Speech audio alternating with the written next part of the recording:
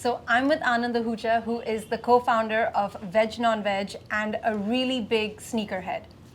I like the word sneaker geek. Sneakerhead has a lot of baggage associated. A really big sneaker geek. Pure sneaker designers, they were upset, but that's 1%. design, right? Yeah. So for them, it was like you ruined the design. For a kid, no one wants to spend so much on a shoe. Like IKEA and furniture in your world, it's well designed, but it's affordable.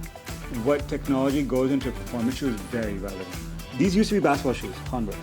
So, But there's no ankle support, there's nothing. This was like back in the day. Okay. Because now you knit the shoe together, you don't have a fabric where you have to cut. Right? Like these are There's fabrics. no wastage. No wastage. So it's a very meaningful shoe to me because it was like an innovation on the upper and sustainability, etc. Everyone wants to know, Anand, how many shoes do you have? Yeah, you know, I really wish I knew. Like people ask me, I really wish I knew. Tell me about your shoe collection and please educate us a bit about sneakers. Yes, Tinker made it for his own kids. When they mass produced it, they narrowed it down. So he was upset about that. They narrowed the shape They of the narrowed shoe. the toe box down. So this is like a minimal shoe, right? So kids have like Flexibility. Flexibility, and so they can learn how to walk properly. So they want something easy to wear. Yeah. And it's a wider toe box because our toes actually fingers spread out quite a bit. So For kids? But kids especially. Okay. So, but when they mass produced it, just because it was too wide, it didn't appeal to people, so they made it a little bit narrower. So some of the purity of it, so like pure sneaker designers, they were upset, but it's more appealing to to people, you know. But that's like the 0.1%. But that's design, right? Yeah. So for them, it was like you ruined the design. But for other people, it's more a consumable design now because it's like more understandable. That would have just been like, oh, it looks weird on my kid. It doesn't look good. Because you still got to pay for it, right? So that's why I say price point's relevant because for a kid, no one wants to spend so much on a shoe because, you know, they grow out of it. So price point is actually very relevant in sneakers. Like IKEA and furniture in your world, it's well designed, but it's affordable. Correct. So now it's not about, like I'll go to Varun's house and we have the same IKEA desk. Yeah. All of us have the same IKEA sit-stand desk. It's an equalizer. It's just like, you know what, Yeah. I don't want to think too much about it. I appreciate the design, you know? Correct. So I think Would that work for Zara also? Zara, H&M think so. Home, all Yeah. these things. So it's like, there's certain brands that are able to break across and that price point is relevant, you know? It's good quality Yeah. at a great price. Exactly, Doesn't yeah. matter who you are, Exactly, you're yeah. comfortable Price buying point's it. relevant. And you know, Yeah. that is, so it is there. Now, if this Kobe shoe, like when it released, it was probably 150 or something. If they released that for 300, people wouldn't buy it, you know? Correct. But because What's it was... the sweet spot for It's different for different sneakers? shoes. Like The this pricing? is when it came out, it was a tech shoe, right? It's about weight, it's about materials, it's about breathability. Basketball, it's about ankle protection, like how much you won't fall over. I remember when they were talking about the shoe. See here, it's a very slight part that comes out, right? You see here. Right. That's so if you're playing basketball, your ankle doesn't roll. Like Oh it's very my slight. God. It's very slight, but it's there. So this is sort of like a carbon fiber inspired like. So it's tough. Yeah, so actually there's what technology goes into a performance shoe is very relevant. This is a basketball shoe. You see the same thing in running shoes.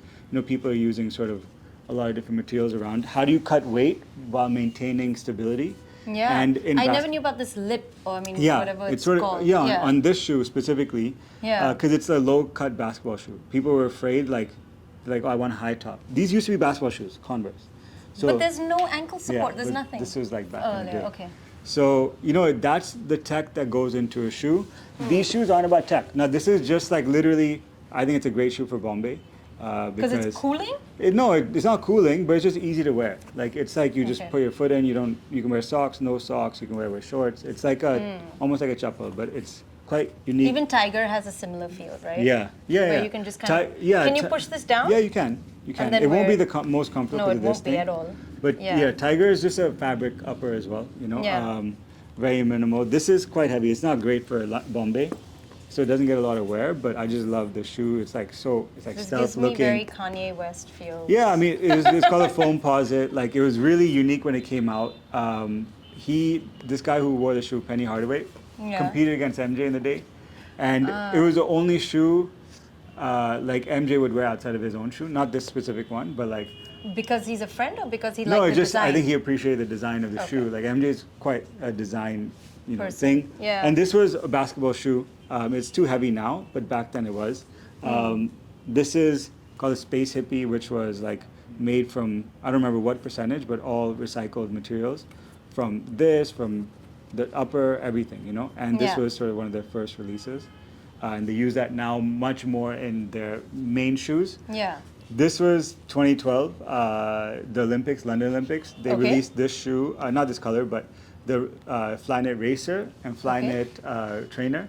And why I love this shoe is They're because really light. yeah, well, this knit is actually it's one upper, so it's called single piece upper. This is called an upper. This is the upper, right? So Okay. this is all knit, and so what happened when they innovated on this, they actually cut how much wastage is there, because now you knit the shoe together, you don't have a fabric where you have to cut, right? Like these So are there's no fabrics. wastage. No wastage. So I think that's why it's so special, and you could do this color, which you could never do on a other shoe, because now these are just fabrics, different It's color just fabrics. knitted Yeah, with it's just those so fabric it's so colours. meaningful about that innovation Nike made. Right. And you know, Adidas did a similar shoe as well. Yeah. Nike made a racer and a trainer, and now they use it in other shoes, right? They made it in a basketball shoe. I've They seen just- Adidas with these kind of shoes yeah, in yeah, black. yeah. Called Prime Knit. Actually, was a very good. It's called Prime Prime Knit, Knit. and this is Okay. Fly Knit. Okay. Yeah. So similar, you know, it's very meaningful shoe to me because it was like innovation on the upper and sustainability, etc. Yeah. This is another Kobe. This is one of my favorite Kobe's. Just again, like you can see the You same. bought this lip when you here. were 21. Yeah, this is when I was. Yeah. This is 2000. I think end of 2007. The shoe came out. It's probably written inside the lip somewhere. Oh, here. they write the years? Yeah, they write the year down. And I can't really play in them anymore. How do you preserve these shoes? You just. So there are ways. There's people that do much more than I do. I don't really preserve it. What do you I put, just- like silica gel No, sachets? No, I don't Like, put what anything. do You just stop wearing it, but then But you then can't they wear it fall anymore. apart. They do. Yeah. So. Like, but they'll start they sit on my crumbling. shelf, so it's okay. Like it's. I'm not. They won't crumble per se. Not these, but they can. Okay. 2005. Oh, So it's even. I thought it was 2008. 19 years old. I thought it was 2008, but yeah, it's a no 09. There we go. 2009. 2009. That's what I Yeah. thought. So this was his Christmas shoe called the Kobe Chaos. Very cool. Like Warren likes this one. It's Joker inspired. And these are all about 150 US dollars? No, these were when you these bought were it. quite expensive when they came out. These were, I think, even when they came out, they were about $200. Like now, it's probably a little bit more because just the material is more okay. expensive. These were less. Everyone wants to know, Anand, how many shoes do you have? Yeah, you know, I really wish I knew. Like people ask me, I really wish I knew. What we were just discussing before, if I think about how many I have in Bombay, and then in London and Delhi, it's about. It turns out about the same. It seems like about 50 is where I have at one 15 time. each 50, city, guys, 15 not each total. city, yeah. And then I have some in City. storage, which are probably another 50. So that's what I would 200 guess. shoes. That's what I would guess. The 365 Sneakers. days. That's not including dress shoes. and I stuff, don't. right? I'm saying shoes. Yeah, what I yeah. mean is sneakers. Yeah, Yeah, exactly. there's 365 days in a year, Yeah, so yeah, yeah. Exactly, you have yeah. other shoes to Yeah, wear. I have other shoes to So wear. one a and- day. Yeah, and Yeah. some are strictly basketball that I only use for basketball. Right. But that's included in that list, I think. Okay. And then yeah, so like these shoes for me are this is sort of my style. There's other people that have like collections of Air Force Ones or of Air So you go Maxes specific, like or Jordans. brand niche specific. Yeah, I got into sneakers because of basketball and because of innovation, right? Some people get into it for other reasons, like people get into some Adidas for music and hip hop, and some people get into Air Force Ones, and you know, Yeah. people. My co-founder Abhineet, his wife is Dutch.